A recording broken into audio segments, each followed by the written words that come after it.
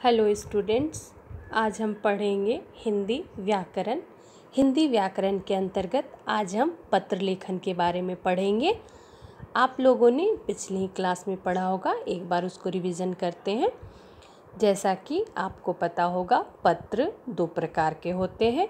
पहला औपचारिक, दूसरा अनौपचारिक। औपचारिक पत्र जिसे फॉर्मल लेटर कहते हैं, अनौपचारिक पत्र जिसे इनफॉर्मल लेटर कहते हैं। तो आप अपने सामने एक फॉर्मेट देख पा रहे होंगे जो कि एक अनौपचारिक पत्र यानी कि इनफॉर्मल लेटर का है।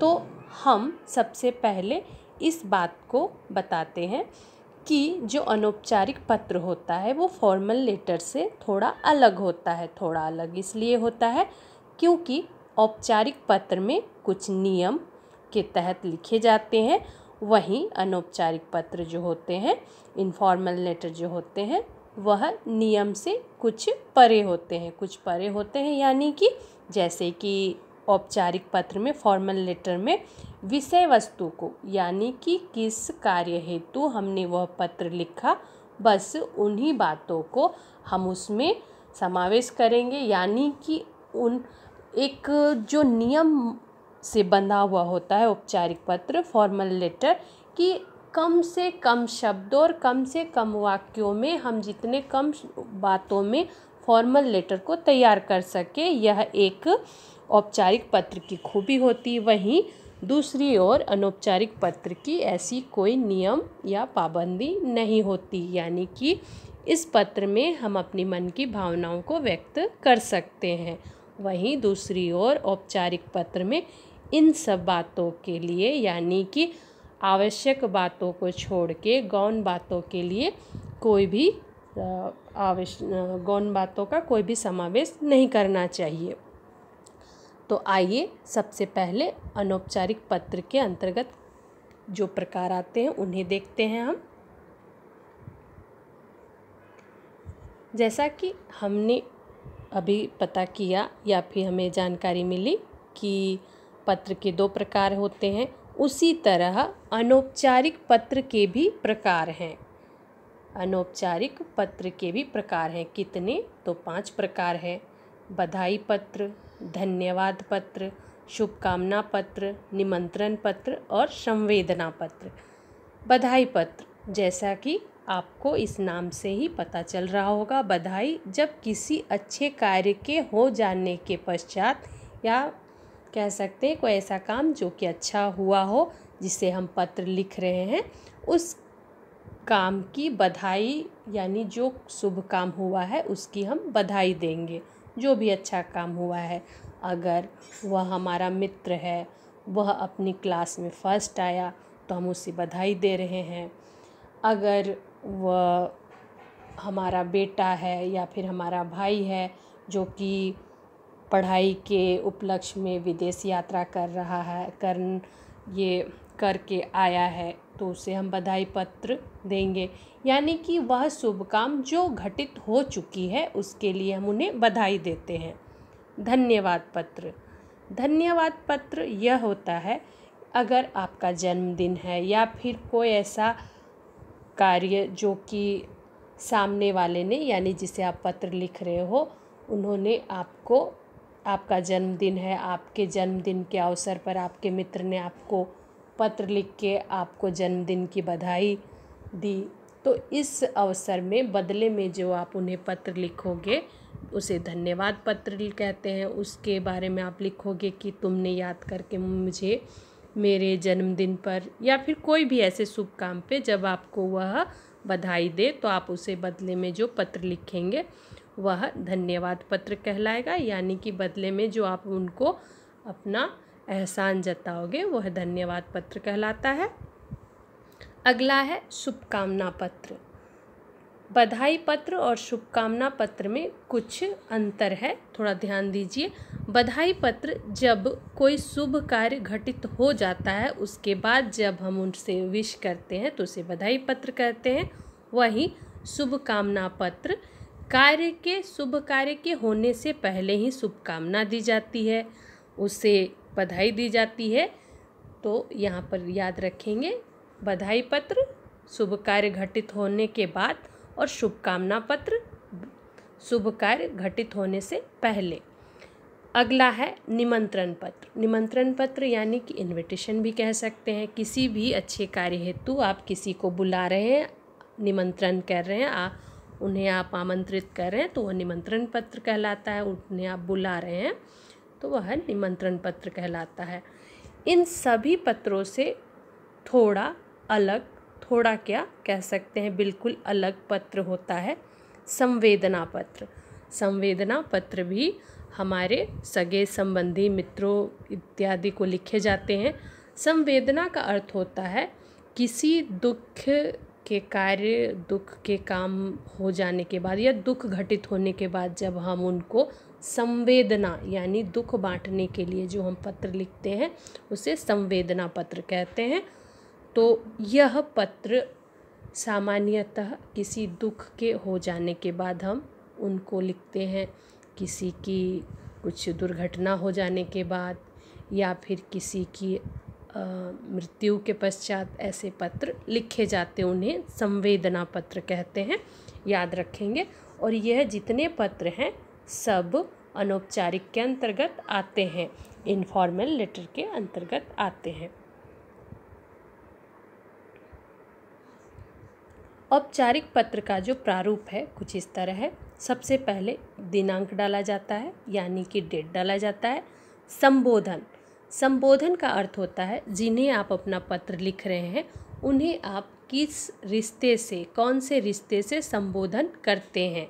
वह आपके पिता हैं तो आदरणीय पिताजी लिखेंगे। अगर वह आपका मित्र है तो प्रिय मित्र लिखेंगे। इसी तरह अगर आपसे छोटा है तो प्रिय करके भी लिख सकते हो उनका नाम देकर। अगला है अभिवादन। अभिवादन का अर्थ होता है आप जिस रिश्ते को जो यह पत्र लिख रहे हो उन्हें आप कैसे संबोधन करते हो, उनका अभिवादन आप कैसे करते हो।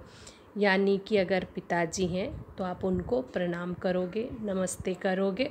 अगर वह आपसे छोटा है तो आप उन्हें शुभाशीष करोगे, आप उन्हें आशीर्वाद दोगे। तो उस रिश्ते को आप कैसे अभिवादन करते हो यहाँ पे लिखाएगा। प्रारंभ यानी कि यहाँ से आप पत्र को प्रारंभ करना शुरू करोगे। प्रारंभ कहाँ से? यहाँ से कि आप अच्छे हो तथा अगले जिसको आप पत्र लिख रहे हो उसकी भी आप जांच या फिर पूछताछ कर रहे हो। सर्वप्रथम लिखोगे मैं यहाँ पे सकुशल हूँ, आशा करता हूँ कि तुम अपने परिवार के साथ कुशल होगे। याद रखेंगे पत्र में कभी भी पत्र का शुरुआत प्रश्न से नहीं होता है। यानी कि सबसे पहले विषय विवेचना में हम ये नहीं लिखेंगे कि तुम कैसे हो, क्योंकि ये पत्र को बहुत ही नकारात्मक रूप देता है यानी कि नेगेटिविटी देता है। इसलिए आप कभी भी पत्र का शुरुआत प्रश्न से नहीं करेंगे। फिर आता है विषय विवेचना के अंतर्गत हम किस विषय हेतु वो पत्र लिखे हैं, किस कारण हमने वो पत्र लिखा है उसको लिखेंगे।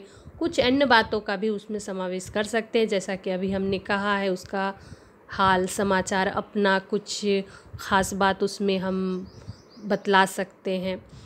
उसके बाद अंतिम में यानी कि जो विषय विवेचना है उसके अंतिम वाक्य में एक समापन होता है। समापन जिसको समाप्ति सूचक वाक्य या समाप्ति सूचक शब्द भी कहते हैं, तो वह पत्र के लिए बहुत ही अनिवार्य होता है। उसके बाद जब विषय विवेचना ख़त्म हो जाए तो हस्ताक्षर होता है यानी कि आपका सिग्नेचर, नाम, पता, ईमेल आईडी। अभी के पत्र के लिए ईमेल आईडी बहुत ही अनिवार्य कर दिया गया है, इस बात को याद रखेंगे।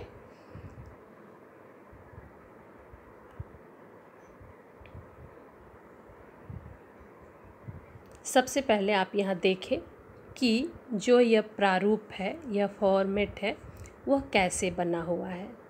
सबसे पहले दिनांक है, संबोधन है, अभिवादन है, प्रारंभ यानी कि यहाँ से शुरुआत कीजिए, आपका यहाँ पर सिर्फ और सिर्फ आपका ही होगा और ईमेल आईडी यहाँ पर आपका। एक चीज़ आपको यहाँ जोड़ना है जो कि इस फॉर्मेट में नहीं है, वह है यहाँ पर आपको एक ईमेल आईडी देनी है किसकी, जिसे आप पत्र लिख रहे हो। अगर यह पत्र आप अपने पिताजी को लिख रहे हो तो यहाँ पे जो ईमेल आईडी होगी वो आपके पिताजी की होगी। अगर आप अपने मित्र को लिख रहे हैं तो उस मित्र के नाम से ईमेल आईडी होगी। यानी कि आप यह पत्र जिसे लिख रहे हो वह उसका यहाँ पे उसका ईमेल आईडी होगा, वो भी हिंदी से कुछ इस तरह, जिस तरह यहाँ लिखा हुआ है ईमेल आईडी। ध्यान देंगे, ये बहुत ही ज़रूरी है जो कि इसमें नहीं दिया हुआ है। तो आइए थोड़ा मैं उस एक पत्र आपको उदाहरण स्वरूप दिखाती हूँ। सबसे पहले देखिए, डेट डाला गया है 8 नवंबर 2018। प्रिय उदय, प्रिय उदय यानी कि एक मित्र दूसरे मित्र को लिख रहा है। सब प्रेम नमस्ते। अब यहाँ से पत्र का प्रारंभ हुआ है जैसा कि आपको लिखा हुआ था।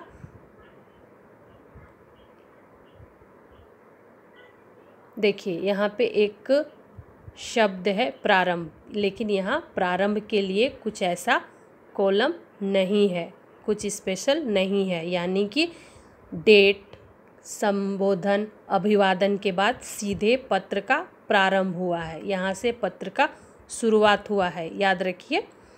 तो यहाँ से पत्र का शुरुआत हुआ। ये पत्र किस कारण हेतु लिखा गया है तो आइए देखते हैं। हम सब लोग यहाँ कुशल पूर्वक हैं। जैसा कि मैंने आपको अभी अभी बताया कि पत्र की शुरुआत कभी भी प्रश्न से नहीं करते हैं, पहले अपना खबर यहाँ दीजिए। हम सब लोग यहाँ पर कुशल पूर्वक हैं और ईश्वर से तुम सबकी कुशलता की कामना करते हैं। आज की समाचार में तुम्हारा, अब यहाँ पर पत्र का जो मूल कारण है वो सामने आएगा। आज ही समाचार पत्र में तुम्हारा परीक्षा परिणाम देखा। यानी कि यह जो पत्र लिखा गया है वह परीक्षा परिणाम हेतु लिखा गया है, अपने मित्र की परीक्षा परिणाम हेतु।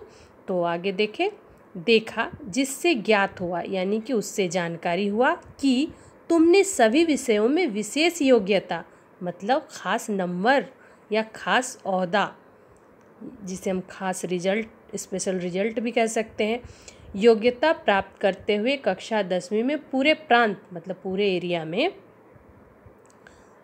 प्रथम स्थान प्राप्त किया है।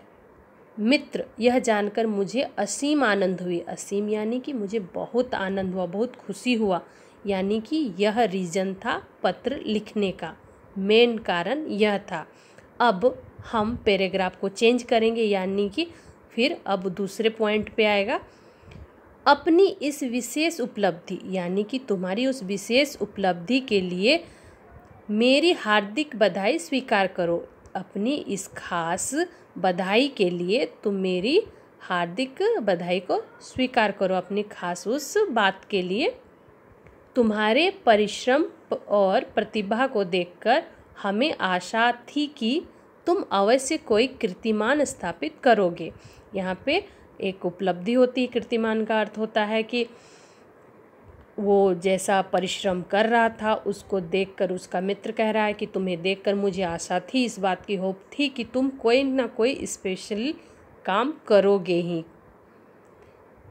मैं परमपिता परमेश्वर से प्रार्थना करता हूँ, परमपिता परमेश्वर यानी कि भगवान से प्रार्थना करता हूँ कि भविष्य में भी इसी प्रकार सफलता तुम्हारे कदम चूमे, यानी कि तुम आगे जाके भी अच्छी उन्नति करो, आगे प्रोग्रेस करो।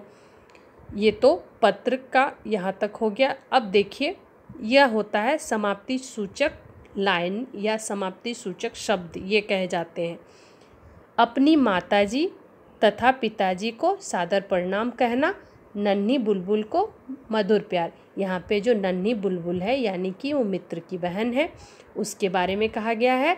तो पत्र का अंतिम जो पड़ाव होता है, अंतिम वाक्य होता है, हम वहाँ से शुरू कर वहाँ पे लिखेंगे कि बड़ सभी, ये भी कर सकते हैं अगर हम खास माता पिता को ना लिख के ये भी लिख सकते हैं, घर के सभी बड़ों को मेरा प्रणाम तथा छोटों को शुभ प्यार या शुभ मधुर आशीर्वाद, जो भी कैसे लिखना है आपको लिख सकते हैं। यह होता है समाप्ति सूचक वाक्य या समाप्ति सूचक लाइन, जो कि एक पत्र के लिए बहुत ज़रूरी होता है। उसके बाद यहाँ से फिर हमारा पत्र होगा, तुम्हारा अभिन्न मित्र। अभिन्न का अर्थ होता है जो कभी अलग नहीं होता, उसे अभिन्न कहते हैं। तुम्हारा अभिन्न मित्र अपूर्व कठाले, ये हमारा एड्रेस है, ये एड्रेस है और ये एड्रेस है। अब इसके बाद जो कि नहीं दिख रहा है, यहाँ पे हमारा ईमेल आईडी होगा। हमारा ईमेल आईडी याद रखेंगे सबसे ऊपर में, तो हम अपने मित्र का लिखेंगे जो कि यहाँ पे नहीं दिया गया है। यहाँ पे आपके मित्र का ईमेल आईडी होगा उदय के नाम से, और यहाँ सबसे अंतिम में हमारा ईमेल आईडी होगा। हमारा ईमेल आईडी यानी कि जिसके नाम से ये पत्र है, तो किसके नाम से पत्र है? अपूर्व कठाले के नाम से।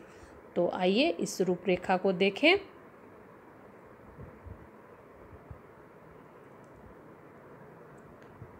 आपने देखा पहले डेट डालना है, फिर संबोधन, अभिवादन। अगर आप अपने मित्र को लिख रहे हैं तो प्रिय मित्र, अभिवादन, सादर नमस्कार। प्रारंभ यानी ऐसे ही दिया है, यहाँ उस जगह पे कुछ ऐसा आपको खास देना नहीं है, ये ऐसे ही है। यहाँ से आपको विषय विवेचना शुरू करनी है और शुरुआत में आप अपना समाचार दीजिए, उसकी समाचार की शुभकामना भगवान से कीजिए कि वो भी अच्छा होगा, इस बात का आपको पूरी तरह विश्वास है वगैरह वगैरह। आप ये पत्र क्यों लिख रहे हैं, किस कारण हेतु लिख रहे हैं, प्रारंभ के 2 या 3 पंक्तियों में आप लिखोगे। दूसरे पैराग्राफ में, पैराग्राफ आपका 2 से 3 पंक्तियों में ख़त्म हो जाएगा। प्रथम पैराग्राफ जिस कारण लिख रहे हो, दूसरे पैराग्राफ में आप फिर उस बात को चेंज करोगे और फिर अंतिम के 1 से 1.5 लाइन में समाप्ति सूचक शब्द, समाप्ति सूचक वाक्य होंगे और ये होगा आपका एड्रेस। याद रखेंगे। तो आज का वीडियो हम यहीं पे ख़त्म करते हैं। और आज हमने अनौपचारिक पत्र, इनफॉर्मल लेटर के बारे में वीडियो जो आपने देखा, आपने अच्छी तरह से समझा कि नहीं, आप इसको मुझे बताइए अगर आपको कोई डाउट है। और फिर इससे जुड़े हुए जो भी आपको क्वेश्चन मिल रहे हैं, होमवर्क मिल रहे हैं, उन्हें सॉल्व कीजिए और कोई प्रॉब्लम है तो मुझे बताइए। तब तक थैंक यू।